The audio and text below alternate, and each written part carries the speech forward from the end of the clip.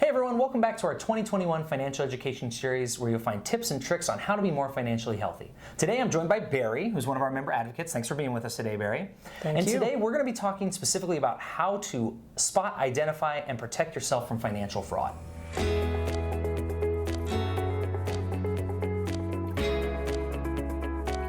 So Barry, thanks so much for being with us today.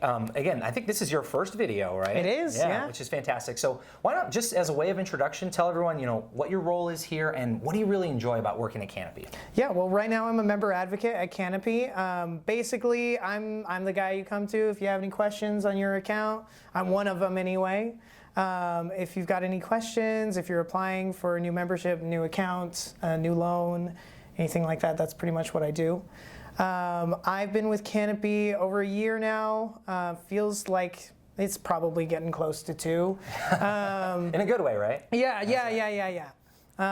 And you know what I love about this job is the culture. I love Canopy's mission. I love how much we care, genuinely care for people. Because a lot of financial institutions, the big banks and stuff, they're all about getting your money, making profit. But that's not us. We're here to help. Oh, you're speaking my language. I love hearing you talk about that.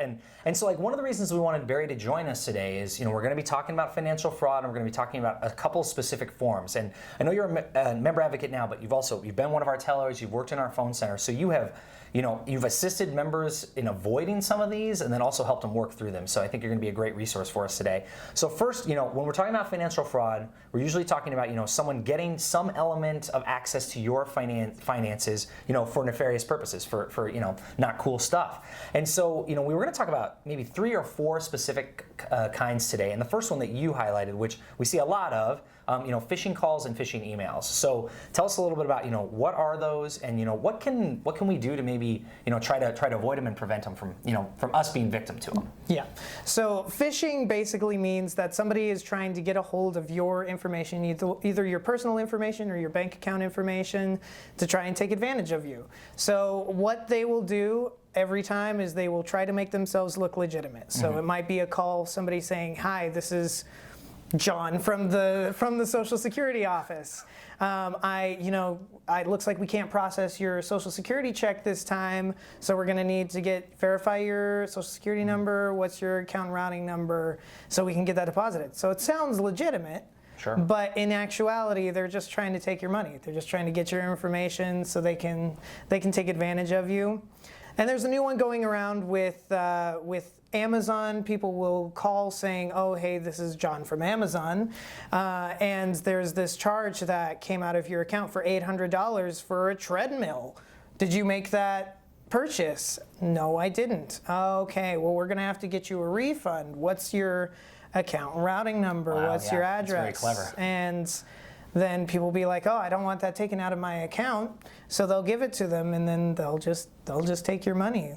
Or they'll even have, some people will have it where they actually get you to log into your computer and gain access to your computer, and are like, type in your account information. And so they'll type in account and routing number, and then they'll be like, "Oh, I deposited $10,000 into your account. I didn't mean to. I'm going to lose my job. I'm going to need you to wire me those funds so I don't lose my job, so I can still feed my kids." It's a scam. And they're just trying to get $10,000 for you, and because you're worried, you're frantic, people will do it just trying to be kind. And it's just, unfortunately, it's people trying to take advantage. Yeah, absolutely. And I think, you've highlighted just a number of different ways that this can happen. And, the themes are these entities will always appear legitimate, right?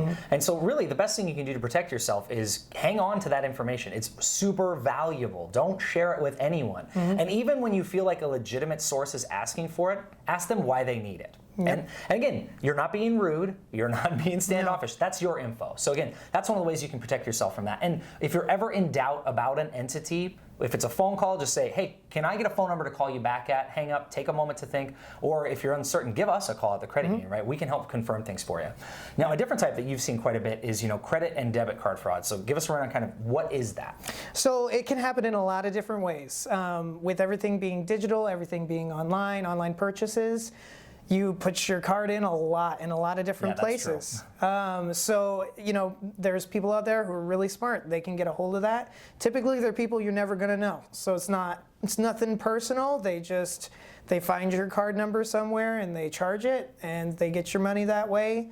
And a lot of times people won't even know if they're smaller amounts and you're not watching your accounts. Right. It can just slowly go down. They're like, where's all my money? And so if you're not watching, they can go down. Thankfully, we have a really good fraud protection service who they have an algorithm that basically can catch a lot of these, which is really good because with the technological age, it's becoming more popular, I guess, more relevant. So it'll catch those types of things, but still, you've still got to keep an eye on your accounts. Make sure you recognize everything. And if you don't, give us a call, please, right away. Don't just be like, oh, well, I probably forgot. Just call us. Like it's not gonna offend us to go through your accounts and see what happened. We gotta see what's going on with your account. Right, and and those are all really great tips.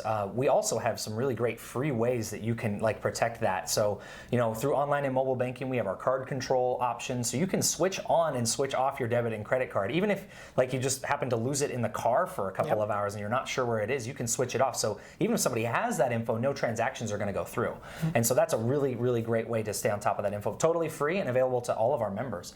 And so a third type that we talked about, and this one was so interesting when you were telling me about it when we were talking about this video, but employment scams. So run us through kind of a couple of examples of what those are. So this has become a little more popular, especially with COVID. A lot of people lost their jobs and they're looking online for anything, really, any job opportunities.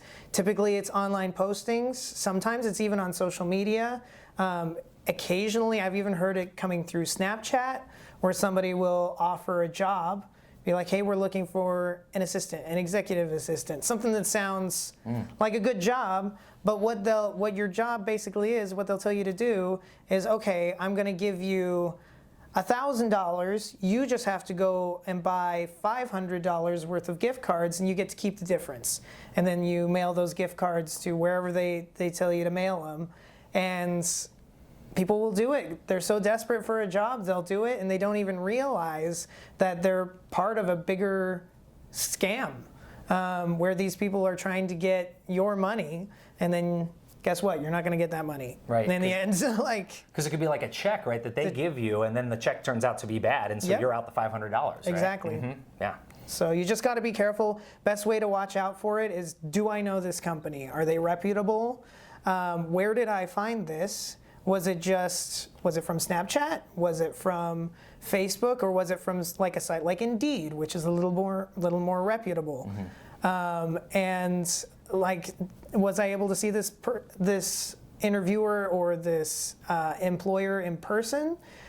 With COVID, that's made it a little bit more difficult because we're doing a lot of video interviews and things like that. But still, just do I know where this business is? Can I find it in my town? Can I find it? So you just have to make sure that you know who you're talking to. Right, absolutely. And again, it's one of those instances where, especially if an employer is asking you for you to use personal funds or move money around in a real quick fashion, that's always a big red flag. And we see that often in a lot of ways. Now, there is a different type of fraud that we were going to talk about today, and one that I know you've encountered just a couple examples of this, but it can be really, really devastating for a person if it happens to them. And this is kind of like relationship type financial fraud. So kind of run us through what does that look like? Yeah, these are typically called romance schemes, and they tend to be pretty sad because often people are looking for a relationship online. Typically, it's elderly people who are looking for a relationship. Somebody comes along, pretends to be this really sweet person, and slowly builds a relationship with them, but you never meet them. And then once they've built that relationship with this member or this person, they'll say, "Hey, I'm in real big trouble. I've even heard of somebody saying, I'm on an oil tanker and I've got to get off. I've got to get airlifted out of here. Can you wire me $5,000, $10,000? I need to get out of here." And people who are really good natured we'll be, oh gosh, of course, and we'll send them the money, never hear from them again because it's a scheme and they're just trying to take advantage of people's good nature. So it's just something you have to be aware about. A lot of elderly folks don't really have the knowledge to know that sounds like a scheme. Sure. So a lot of times, family members just gotta listen. And if you hear somebody saying, "Oh, I met this really nice guy online," and a few weeks later, a few days later, a few months later, they're like, "Oh, this person's in Afghanistan and they need to be shipped out of there. They need to get out of there. They're in trouble, and they need me to send the money. I need to send the money." You gotta sit down with them and be like, "Hey, mom, dad, I really think you should think about this. Maybe Sure. you should talk to your financial institution. What's going on? This is a known thing," and it's really sad because these elderly members just don't know. Sure. And so it feels legitimate. It feels like, oh, this person, I'm in love with them. They're in love with me. I have to help them out. But it's a known thing, and it's uncomfortable, and it's embarrassing. Sure. Right. So it's hard. So you have to be really, really delicate about it, but you just have to know, you got to be cautious. If you haven't seen the person face to face, you got to be really cautious with what you give them.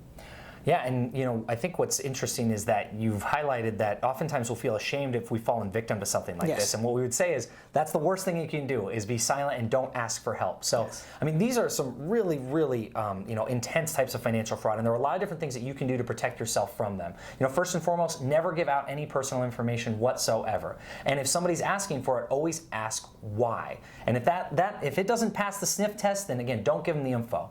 Also, reach out to us, right? We are your credit union. We want to support you. We want to help you protect your finances because you've worked hard for them. So if you ever have a question about anything, reach out to us directly, even if you just need a second opinion on something. And then last but certainly not least is stay on top of where your personal information is, right? Again, it's up to all of us to protect that. So again, Barry, hey, thank you so much for joining us today. And again, stay tuned on Facebook, YouTube, Instagram to catch all of our financial education videos. Thanks for tuning in. We'll catch you next time.